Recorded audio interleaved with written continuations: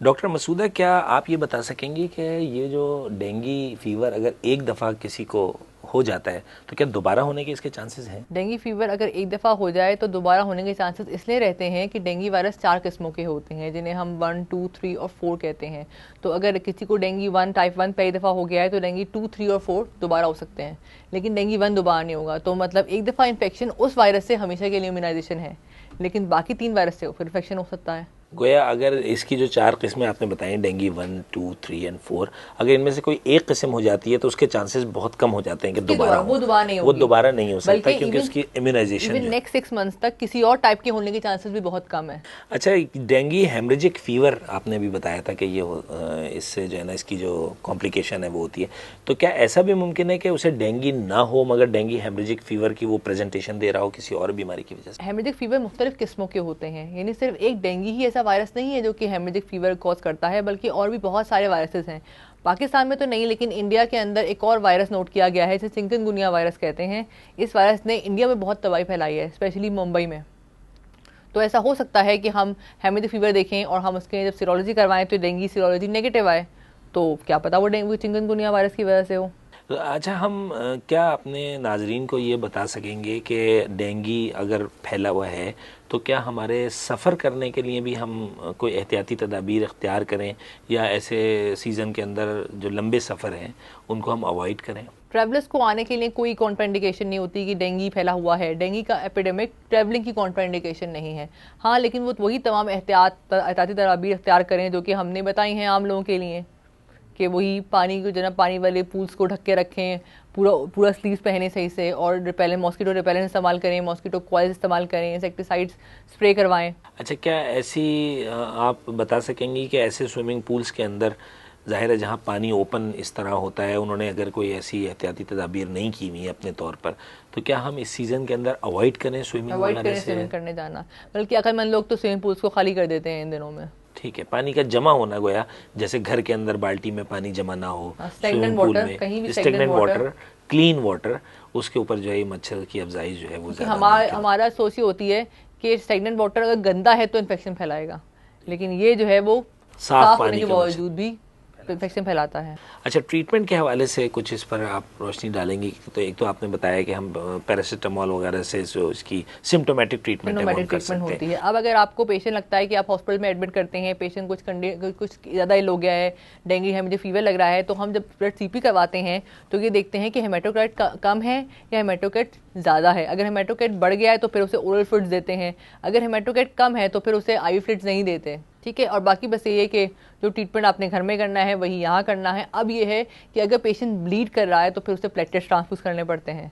वो ये भी एक बड़ी पैनिक की सूरत में हमारे दरमियान मौजूद था कि पेशेंट जो है उसके प्लेटलेट जो है ना वो गिर गए हैं बहुत ज़्यादा, और उसको फ़ौरन प्लेटलेट ट्रांसफ्यूज करना है। प्लेटलेट कहाँ से मिलेंगे, एक बहुत महंगा, तो गोया उसको प्लेटलेट तो दिए जाएंगे, लेकिन उसको प्लेटलेट की एक कोई ख़ास मेगा यूनिट या कुछ कम दिया जाएगा, या कितने अरसे तक दिया जाएगा? एक्चुअली थोड़ा सा इसके बारे में अवेयरनेस की ज़रूरत है। प्लेटलेट काउंट 50,000 से कम हो ब्लीड कर सकता है, लेकिन तब अगर कोई बड़ी चोट लगे। 20,000 पे कम पे प्लेटलेट के इंसान स्पॉन्टेनियसली ब्लीड कर सकता है। तो 20,000 से कम पे यूजुअली कंसल्टेंट्स जो ना प्लेटलेट ट्रांसफ्यूजन करते हैं, 20,000 से ऊपर प्लेटलेट ट्रांसफ्यूजन नहीं करते। लेकिन हमारे यहाँ 30,000 के ऊपर भी लोग बिल्कुल एक पैनिक फैल जाता है कि डॉक्टर ने प्लेटलेट ट्रांसफ्यूज क्यों नहीं किया और फॉर्न ट्रांसफ्यूज कर दें। हालांकि 30,000 के ऊपर ट्रांसफ्यूजन की ज़रूरत नहीं होती। हाँ, कुछ मेजर्स की ज़रूरत होती है कि वो दूध ब्रश ना करे, कोई सख्त चीज़ ना खाए, ज़्यादा चले फिरे ना, आयम इंजेक्शन ना लगवाएं, इस तरह की एहतियाती तदाबीर की ज़रूरत होती है। प्लेटलेट ट्रांसफ्यूज करने की ज़रूरत 30,000 पे नहीं होती है अनलेस के पेशेंट ब्लीड कर रहा हो कहीं से। गोया ये तय हुआ कि खून की और बीमारियां जिसके अंदर प्लेटलेट काउंट कम हो जाता है उसके कुछ अलग प्रोटोकॉल्स हैं, उसके ऊपर मुमकिन है कि 50,000 पे भी डॉक्टर एडवाइस करता हो या 40,000 पे भी, उनमें भी नहीं करता। उनमें भी डॉक्टर्स प्लेटलेट 50,000 पे ट्रांसफ्यूजन नहीं करते अनलेस की कोई रीजन हो, ब्लीडिंग कर रहा हो पेशेंट। जब तक कि ब्लीडिंग ना स्टार्ट हो, जब तक कि प्लेटलेट, और 30,000 तक अगर आ जाता है तो भी डॉक्टर बाज़ औक़ात ये फैसला नहीं करते कि अभी ना किया जाए। 20,000 से कम के ऊपर हाँ हम एक डिसीजन ले लेते हैं कि ट्रांसफ्यूज कर दें। तो अल्हम्दुलिल्लाह, वैसे तो इस बार अल्लाह का शुक्र है अल्हम्दुलिल्लाह कि पिछली बार की तरह कराची के अंदर ख़ास तौर पर डेंगू ने जिस तरह वबा की सूरत अख्तियार की थी, तो इस दफ़ा हम अल्लाह ताला ने हमें बड़ा महफूज रखा है। कुछ गवर्नमेंट लेवल पे आप समझती हैं कि हमें क्या इसकी तदाबीर एहतियाती की जा सकती हैं? कम्युनिटी लेवल पे हम क्या कर सकते हैं? एक्चुअली डेंगू की प्रिवेंशन कम्युनिटी लेवल पे ही हो सकती है।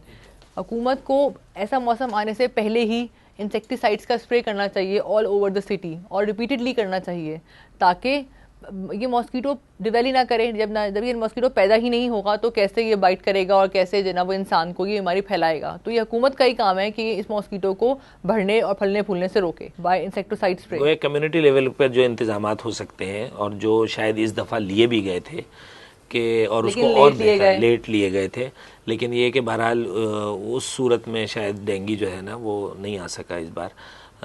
तो इंसेक्टिसाइड स्प्रेज जो हैं वो उनका जो है मुस्तकिल इस्तेमाल किया जाए, वक्त पे किया जाए। इसका सीज़न जो है वो कब किस महीने से हम सस्पेक्ट करते हैं कि शुरू होता है? बेसिकली जो देखा गया है कि जून जुलाई से लेकर सितंबर अक्टूबर तक का सीजन डेंगू का कॉमन सीजन होता है। इन मौसम में ही डेंगू फीवर ज़्यादा नजर आता है। अब ये नहीं है कि डेंगू और सीजन में नहीं हो सकता, लेकिन ये कॉमन सीजन है जिसमें डेंगू फीवर पाया जाता है। गोया जून, जुलाई, अगस्त और सितंबर ये 4 महीने ऐसे हैं कि जिनके अंदर जो है वो ये इसकी अफजाइश जो है ना वो ज़्यादा होती है और वो फैलने का ख़तरा होता है। इस दफ़ा शहर की सूरत हाल कुछ अल्लाह का शुक्र अल्हम्दुलिल्लाह इस हवाले से भी अच्छा रहा कि कुछ NGOs जो थी, जिनमें ख़ास तौर पे अल-खिदमत वेलफेयर सोसाइटी है जिसने इंसेक्टिसाइड स्प्रेज जो है वो मुख्तलिफ़ शहर के अंदर हिस्सों में स्प्रे करवाया गया था। तो अल्लाह का शुक्र है कि उनका भी अपना एक और भी दीगर जितने भी NGOs काम कर रही हैं उन्होंने अच्छी तादाद में जो है मुख्तलिफ इसको करवाया था।